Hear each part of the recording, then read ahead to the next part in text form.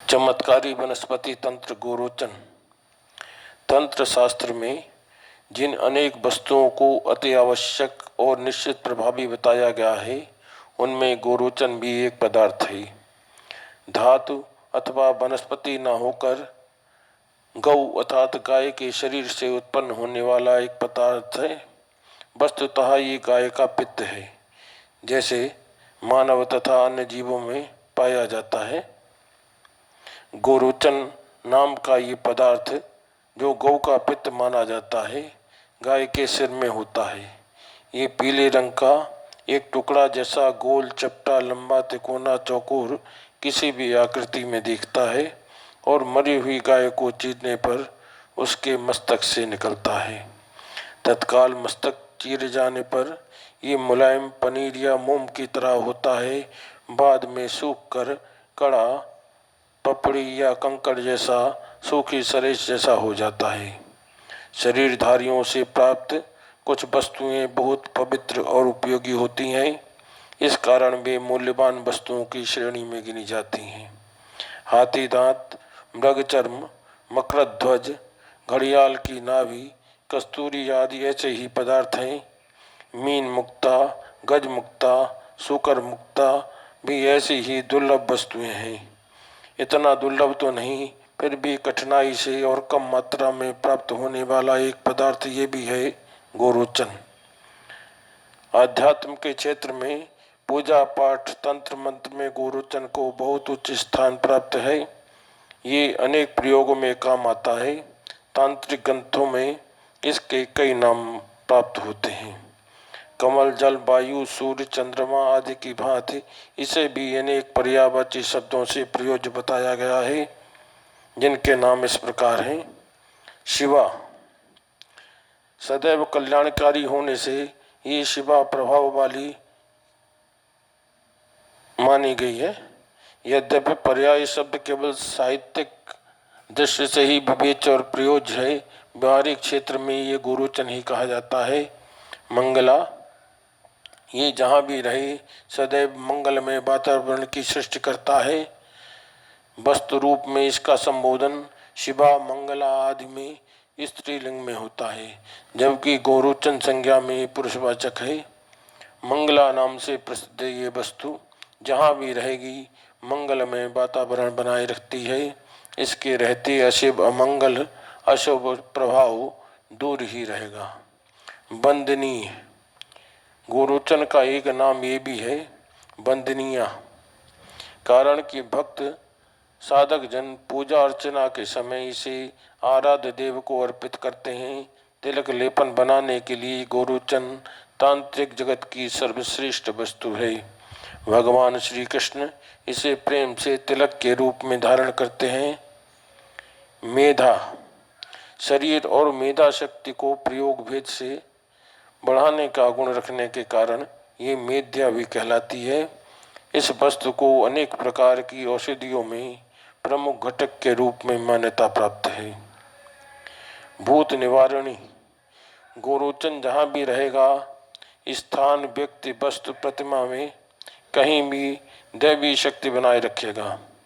इसके रहते वहाँ भूत प्रेत आदि की बाधा भूल कर भी नहीं आती। अनेक प्रकार की दुष्टात्मा, प्रेत, वायव्य दोष, अतृप्त और अकाल मृत्यु के ग्रास बने दीन दरिद्र प्राणियों की भटकती आत्माएं, ये सब गोरोचन के गंध, रंग, स्पर्श और दर्शन से भाग जाते हैं। गोपित्त, गोरोचन शब्द के बाद इसका सर्वाधिक प्रचलित नाम गोपित्त है, क्योंकि वस्तुतः ये गोपित्त गाय का पित्त ही है। इस प्रकार गोरोचन के अनेक नाम हैं जो इसके गुणों पर आधारित हैं। शुद्ध गोरोचन ले आए। रवि पुख या गुरु पुख के दिन उसे धूप दीप और इष्ट देवता के मंत्र से शोधित करके सोने या चांदी के ताबीज में भर लें। इस ताबीज को भी पहले धो पोंछ कर धूप दीप से शुद्ध कर लेना चाहिए। गोरोचन भरने के बाद उसे सुरक्षित रूप में बंद कर दें। चांदी के कसे ढक्कन वाली डिब्बी भी प्रयुक्त हो सकती है। गोरोचन की ये डिब्बी ताबीज जहाँ भी रहेगी वहाँ के सारे दुष्प्रभाव अमंगल समाप्त हो जाएंगे। मंगलमय वातावरण और शुभ प्रभाव की दृष्टि से ये प्रयोग निश्चित रूप से फलदायी होता है। यह एक अनुभूति और बहुविख्यात प्रयोग है कि गोरोचन में नवग्रहों को ये दोष को निवारण करने की क्षमता निहित होती है। इसके लिए साधक को चाहिए कि वो रवि पुख योग के दिन गोरोचन को गंगा जल से स्नान अर्थात स्पर्श मात्र कराकर धूप दीप द्वारा शोधन करें। तत्पश्चात उसका एक टुकड़ा चांदी के नए शोधित कवच में भरकर सुरक्षित बंद कर लें और दूसरा टुकड़ा भी किसी डिब्बी में सुरक्षित रखें। उसे नित्य स्नान उपरांत घिस कर चंदन की भांति माथे पर तिलक के रूप में लगाते रहें। कवच को किसी भी रूप में धारण कर लें।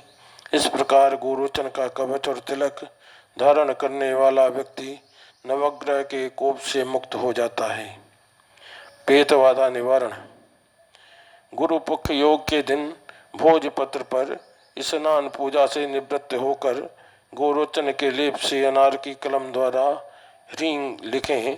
फिर उसे धूप दीप देकर अपने इष्ट देव का ध्यान करते हुए अथवा शिव जी या दुर्गा जी की स्तुति करते हुए वो भोजपत्र का टुकड़ा लाल वस्त्र में लपेटकर या चांदी अथवा तांबे के ताबीज में भरकर रोगी को पहना दें। ये प्रयोग समस्त प्रकार के भूतावेश, प्रेत पीड़ा, वायव्य दोष आदि को दूर कर देता है।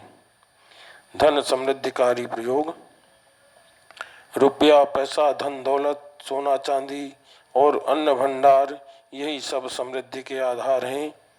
इनके अभाव में जीवन विपन्न, दरिद्रताग्रस्त और दुर्भाग्यपूर्ण हो जाता है।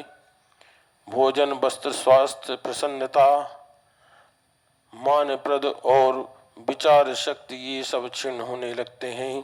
फलतः ऐसा व्यक्ति कुंठा, भग्नाशा, नैराश्य और अवसाद की पीड़ा सहते सहते अंततः विक्षिप्त हो जाता है।